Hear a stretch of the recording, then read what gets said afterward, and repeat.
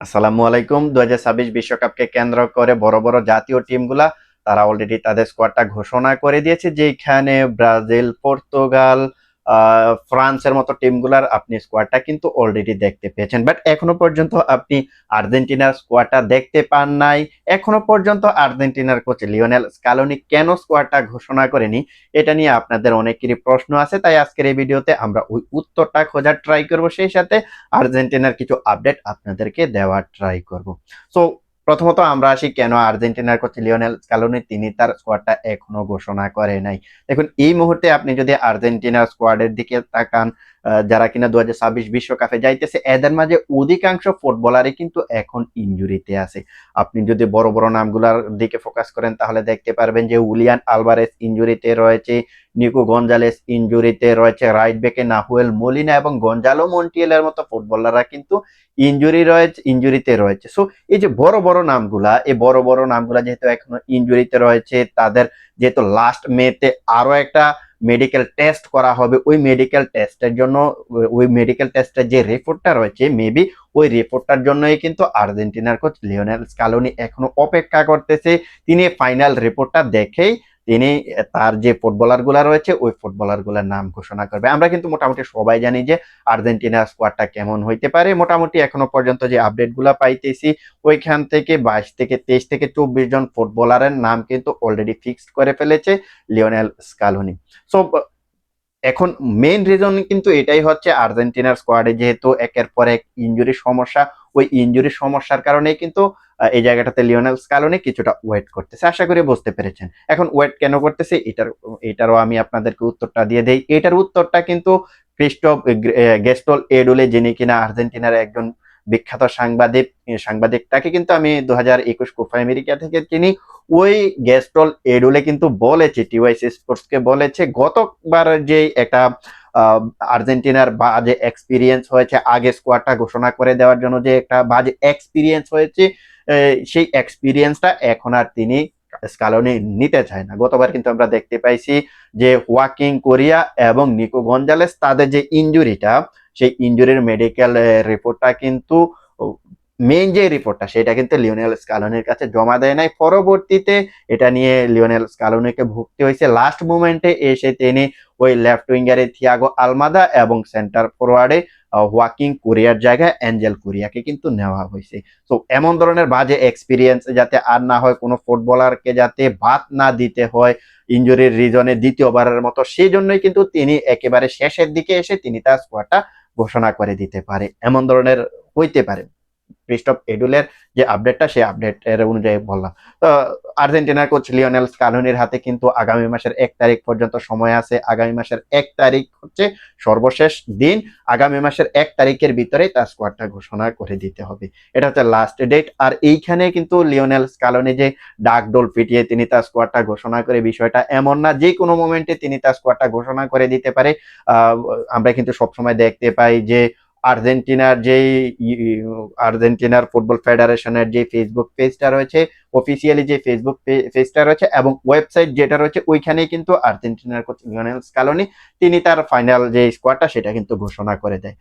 Brazil কিংবা অন্যান্য যে জাতীয় টিমগুলো রয়েছে, এদের মতো কিন্তু ডাকডোক পিটিএ এই জায়গাটাতে লিওনেল স্কালোনি তিনি তার স্কোয়াডটা ঘোষণা করে না। সো সিম্পল ব্যাপার যে তিনি আসেন, এসে কিন্তু ডাইরেক্টলি আর্জেন্টিনার ফুটবল ফেডারেশনের কাছে ওই লিস্টটা জমা দিয়ে দেয়, তারপরে কিন্তু তারা পাবলিশ করে দেয়। গত বিশ্বকাপেও কিন্তু এমনটাই হয়েছে। আর আপনি কখনোই দেখতে পারবেন না যে লিওনেল স্কালোনি সাংবাদিকদের ডেকে তারপরে তিনি তার স্কোয়াডটা ঘোষণা করেছে। তো যে কোনো মোমেন্টে হইতে পারে, যেমন আমি এখন কথা বলতেছি, এই মোমেন্টেও স্কোয়াডটা ঘোষণা করে দিতে পারে, 1 ঘন্টা পরেও দিতে পারে, একদিন পরেও দিতে পারে, 10 দিন পরেও দিতে পারে। যদি 10 দিন পরে করবে না, বললাম আর কি। তো বুঝতেই পারতেছেন কেন লিওনেল স্কালোনি এখন তার স্কোয়াডটা ঘোষণা করতেছে না। এবার আমরা আসি আদার্স কিছু আপডেটের দিকে। এখনো পর্যন্ত আমরা কিন্তু জানতে পেরেছি যে আর্জেন্টিনার স্কোয়াডে টোটালি টিওয়াইসি স্পোর্টস এর তথ্য অনুযায়ী টোটালি 23 থেকে 24 জন ফুটবলারের নাম কিন্তু অলরেডি এই জায়গাটাতে লিওনেল স্কালোনি কিন্তু ফিক্সড করে ফেলেছে।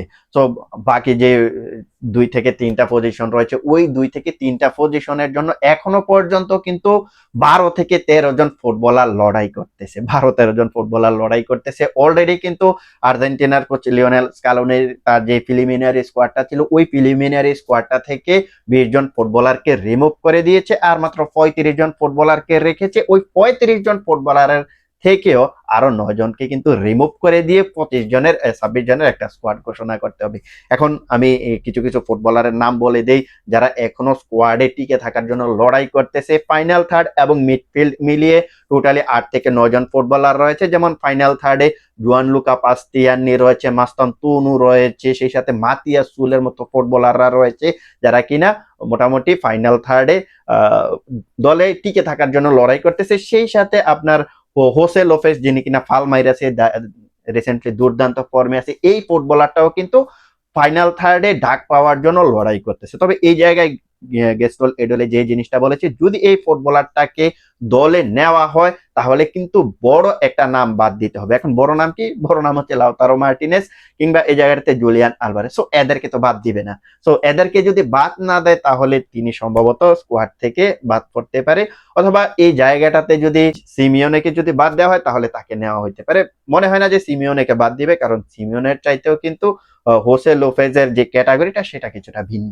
তো বুঝতেই পারতেছেন যে ফাইনাল থার্ডের কি অবস্থা। মিডফিল্ডের জায়গাটাতে জিওভানি লো সেলসোর কথা বলা হইতেছে, সেই সাথে ভ্যালেন্তিন বার্কো, তারপর হচ্ছে ম্যাক্সিমিলিয়ানো ফোরেনে, তারপর হচ্ছে অ্যাস্টন ভিলার এমিলিয়ানো বুইনদের কথা বলা হইতেছে। আরো অনেক ফুটবলার রয়েছে, এই মুহূর্তে নামগুলো মনে আসতেছে না, এরা কিন্তু লড়াই করতেছে। সো এই যে ফুটবলার গুলার কথা বলা হয়েছে, এই ফুটবলার গুলার মাঝে জিওভানি লো সেলসোর সম্ভাবনাটা নাকি অনেকটাই বেশি, এমন ধরনের মোটামুটি তিনি আপডেটটা দিয়েছেন। সেই সাথে আবার ওই এমিলিয়ানো বুইন্দিয়া, যিনি কিনা অ্যাস্টন ভিলাতে ইউরোপিয়ান লিগে দারুণ ফুটবল খেলতেছেন, তারও নাকি লেফট উইঙ্গার হিসেবে সম্ভাবনাটা রয়েছে। এরপরে যদি ডিফেন্সের কথা বলি, তাহলে ডিফেন্সে কিন্তু তিনি বলতেছেন টোটালি 9 জন ডিফেন্ডার নিয়ে যাবেন। দেখুন, আর্জেন্টিনা টোটালি 9 জন ডিফেন্ডার নিয়ে যাবে, এটা আমি যখন সর্বশেষ আর্জেন্টিনা ভিত্তিক ভিডিওতে কথা বলেছিলাম তখন কিন্তু বলেছিলাম যে আর্জেন্টিনার সম্ভাবনা রয়েছে 9 জন ডিফেন্ডার নিয়ে যাওয়ার। কারণ গত বিশ্বকাপে আমরা এমনটা দেখেছি, যখন 26 জনের স্কোয়াড ছিল, লিওনেল স্কালোনি ডিফেন্সটাকে বেশি প্রায়োরিটি দিয়ে তিনি 9 জন ডিফেন্ডারকে নিয়েছেন। এবারও কিন্তু এমনটা হইতে পারে। আর যদি এমনটা হয় তাহলে মার্কোস সেনেসি মোটামুটি বিশ্বকাপে যাইতেছে, এখনো পর্যন্ত তিনি কিন্তু লড়াই করতেছে মার্কোস সেনেসি। সেই সাথে রাইট ব্যাকে 3 জন অপশন নেওয়া হবে, ধারণা 3 জন অপশন নেওয়া, 3টা ফুটবলারকে নেওয়া হবে বলে ধারণা করা হচ্ছে। কারণ এই জায়গাটাতে গঞ্জালো মন্টিয়েল এবং এই জায়গাটাতে নাহুয়েল মলিনা যেই একের পর এক ইনজুরি পিক করতেছে, ইনজুরির কারণে একটা ম্যাচ খেলতে পারতেছে, একটা ম্যাচ খেলতে পারতেছে না, এমন সিচুয়েশনে যেহেতু আছে, তো সেই অনুযায়ী এক্সট্রা একজন রাইট ব্যাক নেওয়া হবে বলে ধারণা করা হচ্ছে। তো এগুলাই হচ্ছে মোটামুটি সর্বশেষ আপডেট। আর এই আপডেট থেকে মোটামুটি আপনারা বুঝতে পারলেন যে আর্জেন্টিনার কোচ লিওনেল স্কালোনি কবে তার ফাইনাল স্কোয়াডটা ঘোষণা করে দিতে পারে, কেন এখনো পর্যন্ত আপনারা স্কোয়াডটা পান নাই। সো এটা সম্পর্কে আশা করি আপনারা সব তথ্যটা পেয়েছেন আর কিছু কিছু ফুটবলারের আপডেটটা পেয়ে গেছেন। সো দ্যাটস ইট, ভিডিওটা এখানে শেষ করতে হচ্ছে। দেখা হবে অন্য কোনো এক ভিডিওতে, সে পর্যন্ত সবাই ভালো থাকবেন। আল্লাহ হাফেজ।